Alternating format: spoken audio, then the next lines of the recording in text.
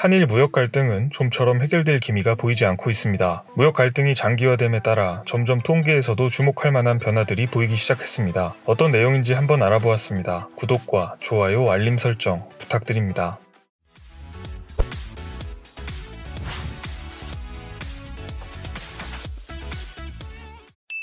안녕하세요. 세상 모든 잡다한 지식을 알려드리는 잡시광입니다. 일본은 강제징용 대법원 판결과 북한과의 안보 문제를 빌미로 반도체 핵심 소재 3가지의 한국 수출을 제한하고 한국을 화이트리스트에서 삭제하였습니다. 지난 영상에서 말씀드린 적 있듯이 이는 외무성에서 진행한 것이 아니라 아베의 최측근인 경산성 출신 이마이 다카야 정무비서관이 구상한 프로젝트라고 말씀드렸습니다. 즉 경제, 무역 분야의 출혈을 감수하면서 한일 갈등과 한미 이간책을 활용한 군비 증강, 군사력 강화가 일본의 목적으로 보인다고 다수의 전문가들은 이야기하고 있습니다. 분명 일본은 경제적 출혈을 어느 정도 예상했을 것이라는 이야기입니다. 일본이 어디까지 예상했는지는 알 수 없지만 최근 보여지는 통계는 일본 입장에서 꽤 타격이 있어 보입니다. 일본의 한국에 대한 수출이 급감하기 시작한 것입니다. 한국의 대일본 수출량은 0.3% 감소했습니다. 반면에 일본의 대한국 수출량은 6.9% 감소하면서 20배가 넘는 감소폭 차이를 보였습니다. 즉 한국 기업들보다 일본 기업들이 더 큰 타격을 입고 있다는 이야기입니다. 일본의 대한국 수출액 감소량에서 불매운동 품목들이 차지하는 비율은 크지는 않지만 분명 영향은 미친 것으로 보입니다. 사실 가장 큰 부분을 차지하는 것은 한국 산업의 전체적인 수출이 줄었기 때문에 한국 기업에 납품하는 일본의 소재, 원자재 품목의 수출이 줄어든 것이라는 분석입니다. 지난달 수출입 동향을 보면 일본산 반도체 제조용 장비,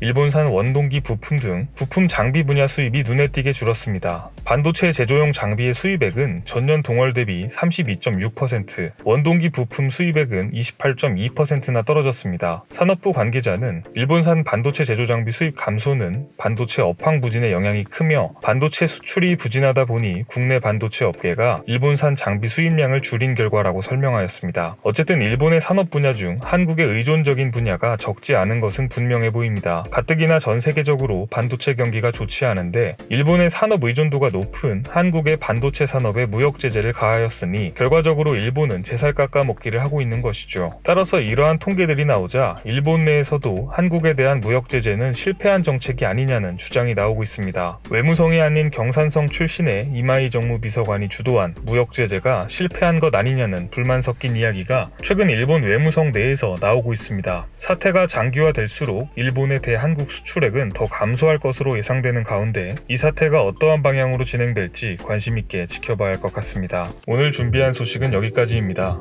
더 많은 잡다한 지식들이 궁금하시다면 구독과 좋아요를 눌러주시면 감사하겠습니다. 시청해주셔서 감사합니다.